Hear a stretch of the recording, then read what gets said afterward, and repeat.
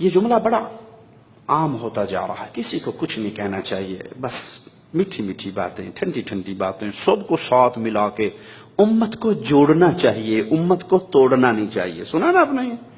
اکثر مولویوں کی زبان سے بھی سن لیتے ہوں گے، امت کو توڑو نا جی۔ آپ توحید کی باتیں کرتے ہو، سنت مصطفیٰ کی باتیں کرتے ہو، بدعات کا رد کرتے ہو، اس سے امت ٹوٹتی ہے، جڑتی نہیں۔ ہم نہ عقیدے کی بات کرتے ہیں، نہ ایمان کی بات کرتے ہیں، نہ سنت کی بات کرتے ہیں۔ ہم کہتے ہیں نماز پڑھ لو اتنا فضیلت ہے، روزہ رکھو اتنی فضیلت ہے، حج کرو تو اتنا۔ ہم فضائل بیان کر کے امت کو جوڑتے ہیں۔ میں کہتا ہوں امت کو ضرور جوڑو، تھوکنا نہ جوڑو، ایلفی نہ جوڑو۔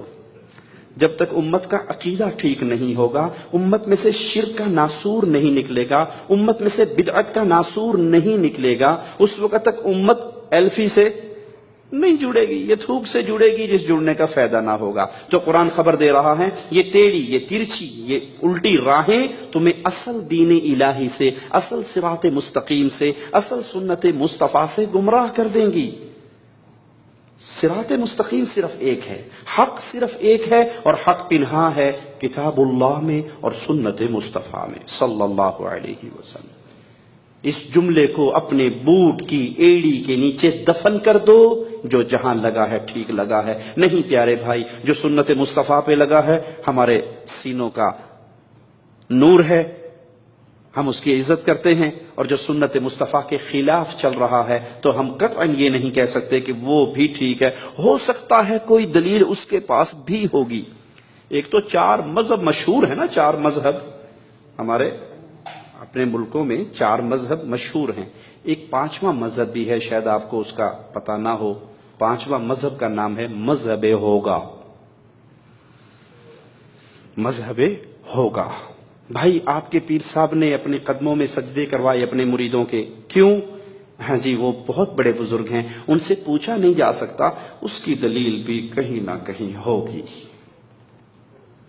بھائی آپ کے قادری صاحب کی ہم نے ایک ویڈیو دیکھی، اس نے مردے کو قبر میں اتارنے سے پہلے، بلکہ جنازہ پڑھنے سے پہلے، اس کا کفن کھول کے ہاتھ نکال کے اس مردے کی بھی بیعت لی ہے، اور یہ کہا ہے کہ بغیر بیعت کے اگر میں نے اس کو دفن کر دیا تو پھر ہو سکتا ہے یہ جنت میں نہ جا سکے، کیونکہ میرے سلسلے میں یہ داخل نہیں ہوا تھا۔ تو ہم اس کا کفن کھولیں گے، مردے کا ہاتھ باہر نکالیں گے، اس کو اپنا مرید بنائیں گے، سلسلہ قادریہ میں داخل کریں گے، پھر یہ قبر میں اترے گا، اس کے 14 طبق روشن ہو جائیں گے، ایک تھلو پیا پیا دیکھے گا، میں اللہ کی قسم کھا کے اس کے لفظ نقل کر رہا ہوں، یہ نیچے پڑا پڑا دیکھے گا میری قبر پہ چیڑی آگے بیٹھی ہے، یہ چیڑا، اس کو نیچے سے نر اور مادے کا بھی پتہ لگ جائے گا۔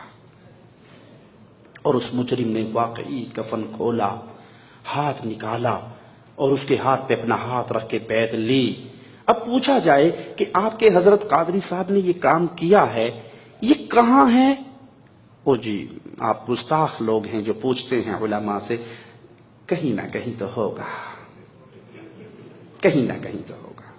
بھائی کس خو میں ہوگا اس کا نام تو بتا دو، کس کتاب میں ہوگا؟ بیڑا غر کے دارین میں ہوگا، بٹاک العلوم میں ہوگا، کس میں ہوگا؟ نام تو بتاؤ۔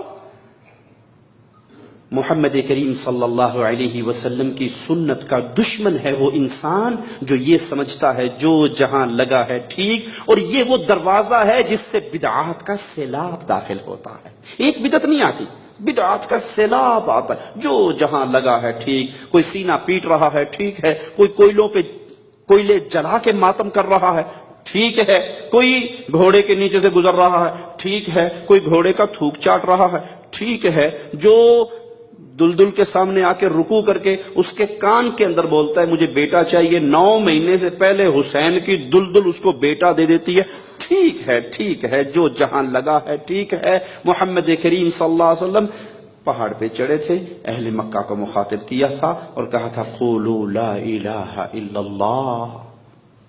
ایک جملہ، سب غلط ہیں، ایک جملہ سچا ہے۔ کفار مکہ نے آ کے ابو طالب کے سامنے شکایت ہی یہ کی تھی، تیرے بھتیجے نے گھر گھر میں لڑائی ڈلوا دی۔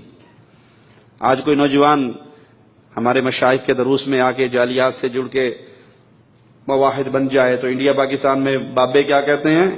اے منڈا وابی ہو گیا، ساڑھے گھر تھے روڑا ہی پہ گیا، لڑائی پڑ گئی ہمارے گھر۔ یہ کہتا ہے ماں تو اگر قبر پہ سجدے کرے گی مر جائے گی، میں جنازہ نہیں پڑھوں گا۔ ابو اگر آپ قبر کا طواف کرو گے مر جاؤ گے، میں جنازہ نہیں پڑھوں گا۔ پہلے اچھے ہنسی خوشی چنگے بھلے رہتے تھے، جو مرضی کرتے تھے، کوئی ٹینشن نہیں تھی۔ اس وہابی نے ہمارے خاندان میں لڑائی ڈلوا دی۔ اس کی منت کی ہے پھوپھی کی بیٹی سے شادی کر لے، یہ کہتی ہے کہ وہ کالے کپڑے پہننے والی محرم کے دن ماتم کرنے والی ہے، میں مشرکہ سے نکاح نہیں کر سکتا۔ لڑائی پڑ گئی خاندان کے اندر۔ یہی ابو طالب کو آ کے کفار مکہ نے کہا تھا تیرے بھتیجے نے مکے کی گلی گلی میں لڑائی کروا دی ہے۔ باپ کہتا ہے بیٹا تیری تلوار کے نیچے 3 مرتبہ آیا، تو نے بیٹا باپ سمجھ کے تلوار نہ چلائی، لیکن سن اگر تو میری تلوار کے نیچے 1 مرتبہ بھی آ جاتا تو بیٹا نہ سمجھتا، محمد کا دشمن سمجھ کے کاٹ ڈالتا۔ جو جہاں لگا ہے ٹھیک لگا ہے۔ اگر یہ عقیدہ محمدی عقیدہ ہوتا، یہ پیغام مصطفیٰ علیہ السلام کا پیغام ہوتا، تو ابو لہب کو کیا ضرورت تھی کہ وہ پیارے نبی کو کہتا تیرے ہاتھ ٹوٹ جائیں، نعوذ باللہ ثم نعوذ باللہ۔ ابو لہب کو کیا ضرورت تھی کہ وہ مصطفیٰ کے پیچھے پیچھے چلتا ہوا جاتا اور کہتا نعوذ باللہ یہ مجنون ہو گیا ہے، اس کی بات نہ سننا۔ پیغام مصطفیٰ یہ ہے، حق صرف وہی ہے جو اللہ کے حکموں میں ہے، حق صرف وہی ہے جو محمد کی سنتوں میں ہے۔ جو سنت مصطفیٰ سے ٹکرائے وہ حق ہو سکتا بھلے کتنا ہی خوبصورت بنا کے پیش کر دو۔ میں مثال دے کے اپنی بات کو آگے چلاتا ہوں۔ اذان کہاں ختم ہوتی ہے جی؟ لا الہ الا اللہ، اذان کا آخری جملہ ہے نا۔ اگر میں آج سے اذان ختم کرنی شروع کر دوں لا الہ الا اللہ محمد الرسول اللہ صلی اللہ علیہ وسلم، میں نے کوئی غلط جملہ تو نہیں کہا، گناہ والی بات تو نہیں کی، کوئی برے جملے تو زبان سے نہیں نکالے، لیکن اذان کا اختتام پہ اگر میں نے یہ اضافہ کر دیا، یہ اضافہ مجھے جنت میں لے جائے گا یا جہنم میں؟ حالانکہ میں تو محمد کریم کا نام لے رہا ہوں، کلمہ پورا کر رہا ہوں۔ اسی لیے مولا علی سیدنا علی نے کہا تھا رضی اللہ عنہ وارضا، عید کی نماز سے پہلے 2 رکعت پڑھنے والے کو دیکھ کر تیری یہ 2 رکعتیں تجھے ہلاک کریں گی۔